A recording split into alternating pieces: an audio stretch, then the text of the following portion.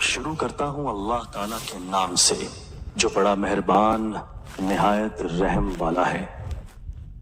رسول اللہ صلی اللہ علیہ وآلہ وسلم نے فرمایا، صدقہ دینے سے مال کم نہیں ہوتا، اور جو بندہ معاف کر دیتا ہے اللہ اس کی عزت بڑھاتا ہے، اور جو بندہ اللہ کے لیے عاجزی اختیار کرتا ہے اللہ تعالیٰ اس کا درجہ بلند کرتا ہے۔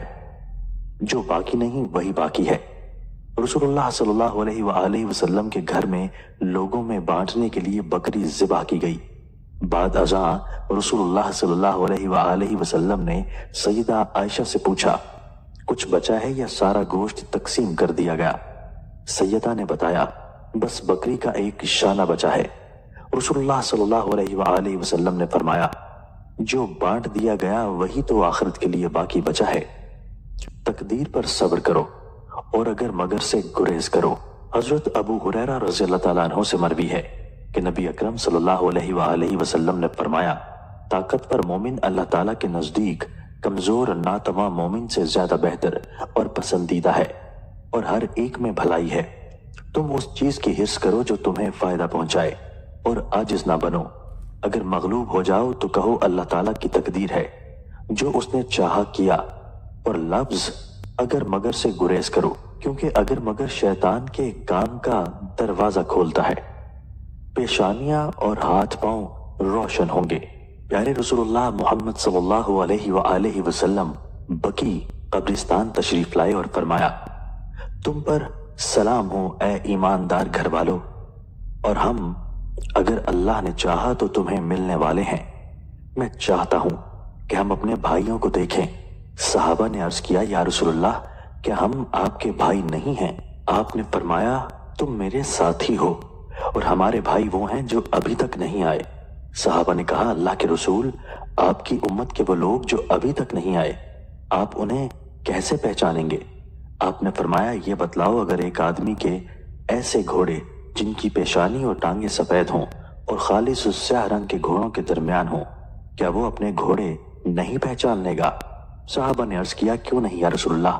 آپ نے فرمایا، میری امت کے بعد میں آنے والے لوگ بھی اس حال میں میدان حشر میں آئیں گے کہ وضو کی وجہ سے ان کی پیشانیاں اور ہاتھ پاؤں روشن ہوں گے، اور میں حوض کوثر پر ان کا امیر سامان ہوں گا۔ حضرت ابو ذر رضی اللہ تعالیٰ عنہ کہتے ہیں کہ میں نے کہا، اے اللہ کے رسول، مجھے نصیحت کیجیے۔ آپ صلی اللہ علیہ وآلہ وسلم نے فرمایا، جب تم سے کوئی برائی ہو جائے تو اس کے بعد کوئی نیکی کرو جو اسے مٹا دے۔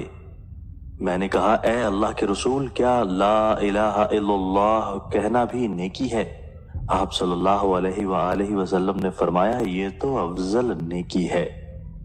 حضرت عبداللہ بن عمرو بن عاص رضی اللہ تعالیٰ عنہما سے مرفوع مروی ہے کہ اگر 4 عادتیں تم میں موجود ہیں تو دنیا سے اگر تمہیں کچھ بھی نہ ملے تو کوئی حرج نہیں۔ امانت کی حفاظت، سچ بولنا، اچھا اخلاق اور پاکیزہ حلال لقمہ۔ حضرت انس رضی اللہ تعالیٰ عنہ سے مرفوع مروی ہے کہ ساری عمر نیکی کرتے رہو اور اللہ کی رحمت کی عطیوں کے منتظر رہو، کیونکہ اللہ اپنی رحمت کے عطیات اپنے بندوں میں سے جسے چاہتا ہے دیتا ہے، اور اللہ سے سوال کرو کہ وہ تمہارے عیوب پر پردہ ڈالے اور تمہاری گھبراہٹوں میں تمہیں امن دے۔ سیدنا ابو ہریرہ رضی اللہ تعالیٰ عنہ سے مروی ہے کہ ایک آدمی نبی کریم صلی اللہ علیہ وآلہ وسلم کے پاس آیا اور کہا، اے اللہ کے رسول، میرے نفس میں بعض باتیں تو ایسی آ جاتی ہیں کہ مجھے آسمان سے گرنا اس سے زیادہ پسند لگتا ہے کہ میں ان کے ساتھ کلام کروں۔ آپ صلی اللہ علیہ وآلہ وسلم نے فرمایا، یہ تو صریح ایمان کی علامت ہے۔ حضرت عبداللہ بن عمر رضی اللہ تعالیٰ عنہ سے روایت ہے کہ رسول اللہ صلی اللہ علیہ وآلہ وسلم فرمایا کرتے تھے کہ ہر چیز کی صفائی کے لیے کوئی سیکل ہے، اور قلوب کی سیکل یعنی اس کی صفائی کا خاص مسئلہ ذکر اللہ ہے، اور اللہ کے عذاب سے بچانے اور نجات دلانے میں اللہ کا ذکر جس قدر مؤثر ہے اتنی کوئی دوسری چیز مؤثر نہیں۔ لوگوں نے عرض کیا، یا رسول اللہ، کیا جہاد فی سبیل اللہ بھی نہیں؟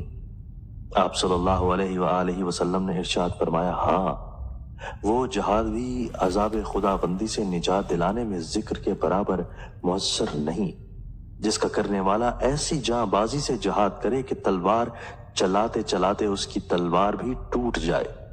تشریح: اصل حقیقت یہی ہے کہ سارے اعمال صالحہ کے مقابلہ میں ذکر اللہ افضل اور عند اللہ محبوب تر ہے۔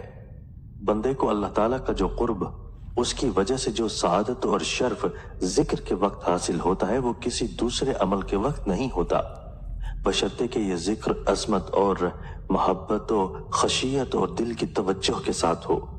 اللہ تعالیٰ کا ارشاد: تم مجھے یاد کرو میں تم کو یاد کروں گا، اور حدیث قدسی: میں اپنے ذکر کرنے والے بندے کے ساتھ اور اس کا ہم نشین رہتا ہوں، اور میرا بندہ جب میرا ذکر کرتا ہے اور اس کے لب میرا ذکر کرنے سے حرکت کرتے ہیں تو بس اس کے بالکل پاس اور ساتھ ہوتا ہوں۔